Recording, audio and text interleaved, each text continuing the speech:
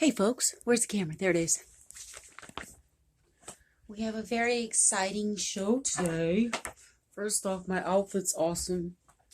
This was my mom's dress. Okay, you're not talking to Rachel. Well, I am. Hey, Rachel. But that's the voice we talk in. So I'm going to stop doing that. This is my mom's dress when she was... Wait, this is not important. What I had to show you because I'm freaking out. From 2 weeks ago, my mom found this and I've been wanting to be like, oh my gosh, because I didn't know I got this, but I remember the teacher. It was second grade. It was at Assembly Christian, ACS. It was Miss Chisholm was my teacher, second grade, first time in public school. School, but it happened to be private. And brainwashing. It says Assembly Christian School certificate to all that Tracy Trosclair, that's me, has successfully written and published poetry in the Anthology of Poetry for Young Authors. What the fudge cake? May 13th, 1999. Signature Miss Chisholm. Tracy, that's right. Read it and weep. No one. I'm an author. Oh my gosh, I wish they had on the back somewhere what the poem was. But anyways, that was my bragging. That's my one accomplishment in the world. So, I had found many a poem. And I had to stop myself from reading them because I wanted to have it natural and read it on camera. Okay. Oh my gosh, this is 51, 52. Okay, this is... Oh, did you see my shoes? Look how cute. Aren't they awesome? I wrote this story for my niece. It's called, okay, so you know, like the, what is the actual one? A Tale of Two Cities. I named this A Tale of Two Kitties. It's the first time I ever wrote a story in my life because plot twists don't usually happen. I usually just write and then there's a poem there that I didn't know what I was going to say. Then it comes out and then I write a title. Well, I thought of this title out of nowhere. And so I had to make a story for the first time fit it. So that was awesome that I could do that, even if it's horrible. But my dad, who used to be, or is still, a ghostwriter, he used to be an editor-in-chief, so it means something that... Anyways, he says it's good, so shut up and enjoy. A Tale of Two Kitties. Remember, my niece had just turned 10? No, 11. A Tale of Two Kitties. This is a tale of opposite kittens. One had the best of times, and one of them didn't. It was a spring of hope. It was a season of light. But only for one were the early years bright. For a season of darkness for one filled the air. For this one was winter, a year-long despair. One had everything before them. One had nothing at all. One was a pure breed. One just a stray they called. Gail had a tail always groomed by the best. In everyday dress they clothe her in pink. Dale is the male they adopted for less, so out on the porch sits alone in his stink. All her life always treated as one like a princess, Gail grew up spoiled, treating Dale as a reject. Indeed, she was catty, pun not intended. Whatever her actions, she had no good intentions. Now, I haven't read this in a long time. Now, as Dale was a stray from a breed still unknown, by the time they grew up, Dale found a new home. But in this family cherished and fully grown was now handsome, getting all that he hoped for, still a madness would grab him. Because now that he had this and was certainly grateful, how could one have this from birth and be hateful? So while often he pondered what just might have happened had that Gail like himself grown up unattractive. And so he'd longed to see Gail just to pay her a visit, but this was for vengeance, so in prayers he persisted. Duh, cats pray. Dale was confused for this hate that he felt. Though he wished it away, not once did it help. So feeling angry and tired one night on his walk, when exhausted from trying, he came to a halt. Far off in the distance he could hear someone crying. So now was his mission to set out to find them. Yes, running so fast, the forgiveness he asked to have for his past came then at last, as the draft's rushing wind that he felt from his feet. Out of sight, out of mind, and so full of relief, through the trees in the forest, well, there it was seen. Yes, deep in between lay abandoned a house, though a creature was staring. It wasn't a mouse. See what I did there? As the creature ran quickly back into the house, Dale far away decided to shout, "Why are you crying? Can at least you come out?" But unwilling to open the door that he locked, the creature kept screaming, "Leave now, or be shot!" But Dale couldn't leave for the ache in his chest, not since he knew the grief in his breath. So Dale on his tail in the dark so he sat, with his back to the door till the creature relaxed.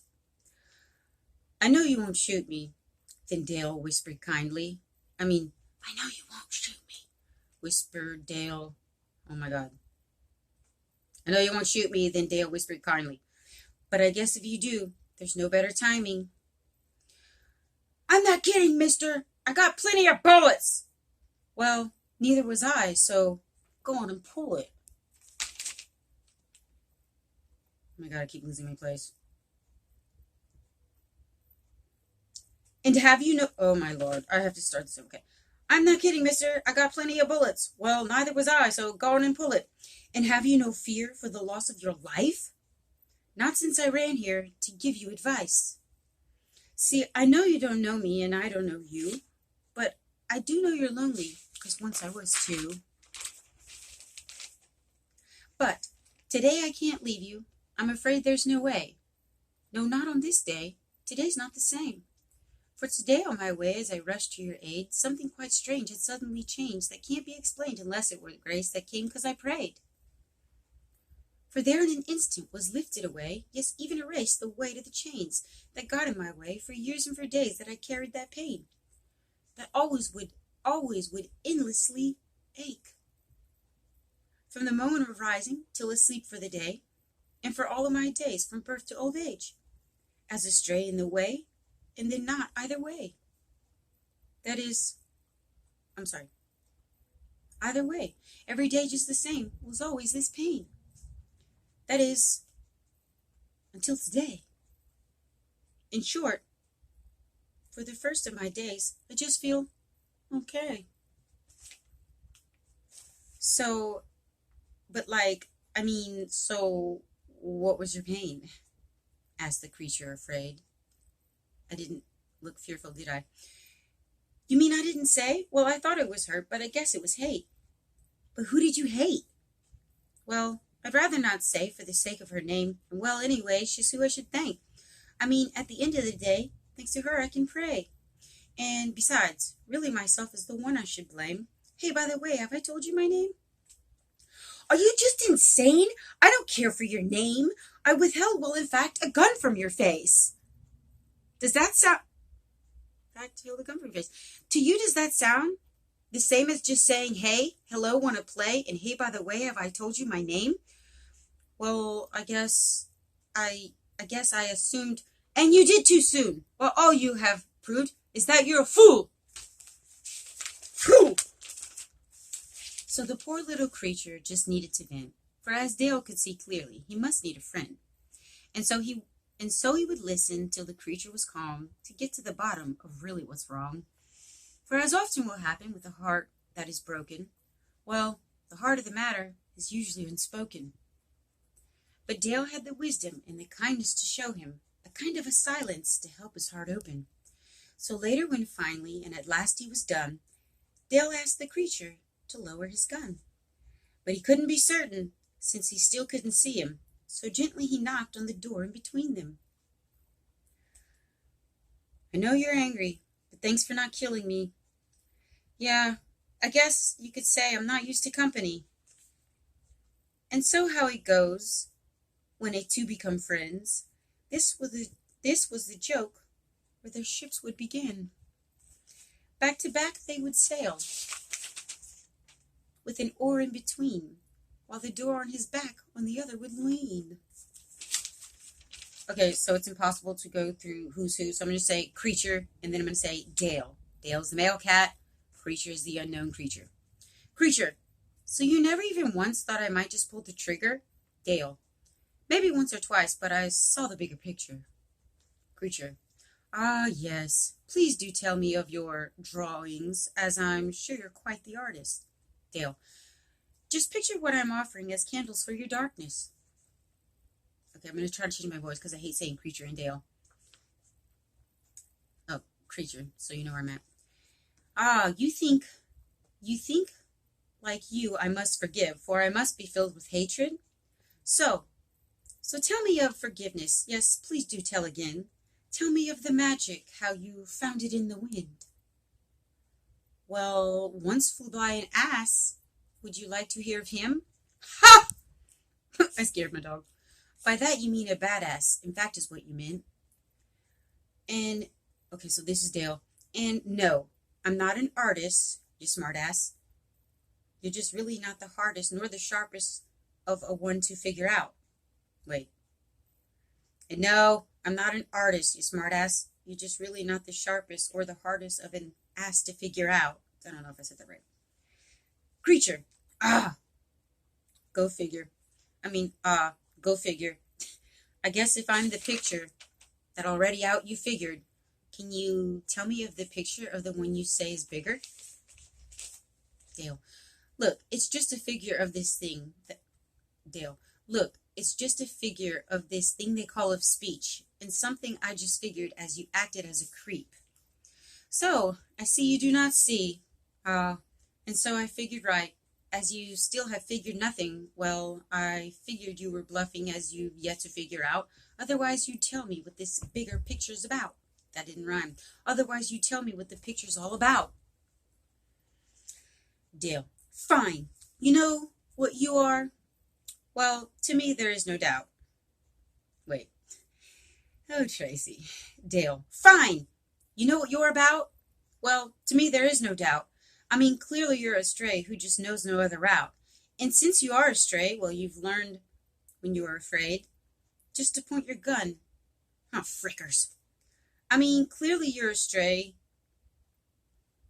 And since you are a stray, well, you've learned when you're afraid just to point your gun and shout. In all your days, you've lived this way, yes, out here all alone, and so you push the world away because you've never had a home. Creature. Ah, I see. Well, bravo, Mr. Doctor. I mean, I think at least you got one right. You know, for one who's been adopted, you sure know a lot on life. But hey, before you paint some more of this home I've never had, because apparently if poor means you never had a dad, just be sure to add some color for dimensions and for depth in the part I find my brother in the painting that he wrecked. Because out here in the forest and for years without a guest, well, for once I felt important since my family up and left. Dale. And did you think I hadn't known? Ah, lady, not yet. This is the perfect ending. So Dale, continuity, lady.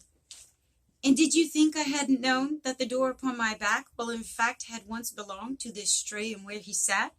Besides, if you recall, right at first what I had whispered, as I knew you wouldn't shoot, as of course I knew my sister, only now I must remind you that a sister you are not. And the one who sits behind you now is asking for a shot. Even now he waits as he knocks and he knocks. Ladybug, literally 4 more lines. Hold on, my dog's pointing outside. Then lo and behold, as she opened the door, was Gale on his knee. Wait, that doesn't make sense. Then lo and behold, as she opened the door, was Dale on his knee, bending low to the floor. And before he could ask her, while he shared his intentions, already she grabbed him, because Gale had to kiss him. Ladybug, you could not have thrown that off worse. The end. A Tale of Two Kitties. Yeah.